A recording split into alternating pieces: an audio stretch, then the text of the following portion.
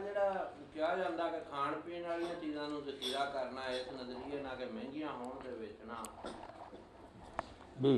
ਇਹਦੇ 'ਚ ਇੱਕ ਬੰਦੇ ਨੂੰ ਮੈਂ ਗੱਲ ਕੀਤੀ, ਉਹ ਕਹਿੰਦਾ ਜੀ ਆਲੂ ਜਿਹੜੇ ਆ ਇਹ ਸਟੋਰ 'ਚ ਤਾਂ ਬਗੈਰ ਰਹਿ ਨਹੀਂ ਸਕਦੇ, ਤੇ ਉਹ ਦੁਕਾਨਦਾਰ ਨੇ ਵੀ ਸਟੋਰ 'ਚ ਰੱਖਣੇ, ਜੇ ਮੈਂ ਰੱਖ ਲਿਆ ਤਾਂ ਕੀ ਹੋਇਆ? ਇਹਦੇ ਬਾਰੇ 'ਚ ਕੋਈ ਥੋੜਾ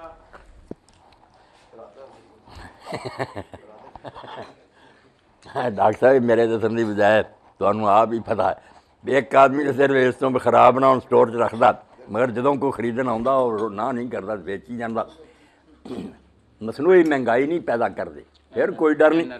ਜਿਹਦਾ ਇਹ ਇਰਾਦਾ ਵੀ ਨਹੀਂ ਲੋਕਾਂ ਨੂੰ ਮਿਲੇ ਨਾ ਭੁੱਖੇ ਮਰਨ, ਰੇਟ ਵਧੇ, ਇਹ ਫਿਰ ਬਰਕਤ ਤੇ ਕੋਈ ਨਾ ਹੋਏ, ਤੇ ਲਾਹਨਤ ਵਾਲੀ ਗੱਲ ਹੈ ਕਿ ਮਖਲੂਕੇ ਖੁਦਾ ਨੂੰ ਤੱਕ नहीं ਇਹਦਾ एंड कोई नहीं, मगर ये लिए एक पुलिया जरा आपने समझाता ना, कई होंगे चीज़ा भी वो मैथेमैटिक्स नहीं समझाई जाती, गुर दसता आपने कि उन्होंने चर कोई शख्स मोमिन नहीं होंदा जब तक वो अपने भरा लिए वो पसंद ना करे जो अपने नहीं। क्यों डॉक्टर साहब इस तो बाद कोई कसर रह गई? ये दुकानदार बैठा सोचे तो जे मैं इस गाहक की जगह होंदा तो मैनू किन्ने सही नज़र आनी है, मैं सारे हालात में जानना। दीन जरा सी वो इस तरह ही उन्हें लोगों की जहनीयत तब्दील कीतियां सी। रसूल करीम अलैहिस्सलाम हाफिज़ खुतबा दे रहा है, तो खुतबे के दौरान ही आपने ऐलान किया कि हुणे मस्जिद एक शख्स दाखिल होने वाला जिहदी पेशानी ते बादशाह दा नूर चमकदा, यानी वो शहजादा पिछले खानदान तो हज़रत जरीर आ गया यमन चो। रसूल मैंबर तो उतर आया, कुर्सी मंगवाई, उहदे नाल गल्लां बातां लग गए, उन्होंने बैत की इस्लाम दे आया। उस बैत जरा उन्होंने इकरार की ना सिर्फ 3 नमाज बाकायदगी अदा करनी है, ज़कात देनी है, और हर मुसलमान की खैर खाई करनी, खोट नहीं होना चाहिए। एक वक्त आया डॉक्टर साहब भी उन्हों का गुलाम जंगल फिरदा सी, एक बद्दू मिलया, बद्दू को घोड़ा सी, उन्हें आख्या यार तू घोड़ा बेचना? आखना हाँ। कहने लगा किन्ने का? मुक गई गल 200। वो कहने लगा चल मेरे मालिक को तो 200 रुपया तेन दवावां से घोड़ा दे। हुण नाकाबिले यकीन बात है भी जदों हज़रत जरीर को लैके आया तो दसिया भी 200 का घोड़ा, आपने फरमाया नहीं तेरा घोड़ा इन्ने का नहीं। उन्हें यदा मतलब यही समझे भी समझे महंगा।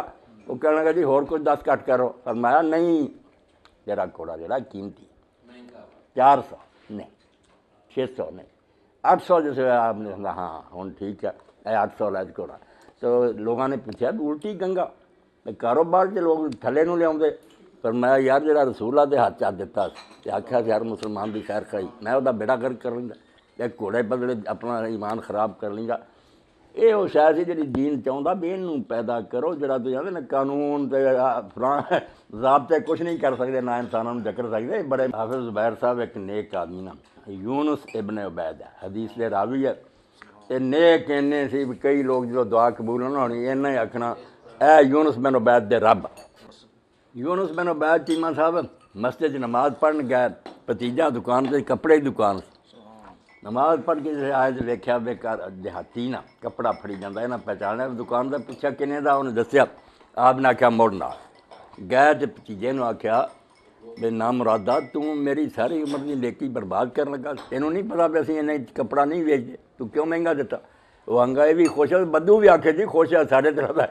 आपने कहा यार तेरे खुश होने की करना, मैं जो समझदा मैं इन्ने च नहीं सी लेना, क्यों मैं तेनों दे के अपनी बात जाए कर।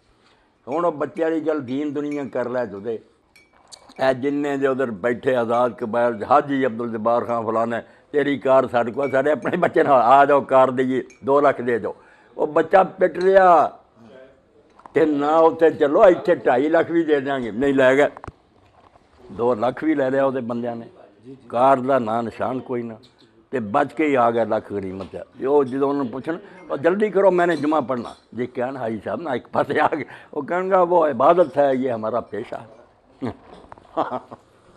तो दीन ना छोटा बनाया लोगों ने।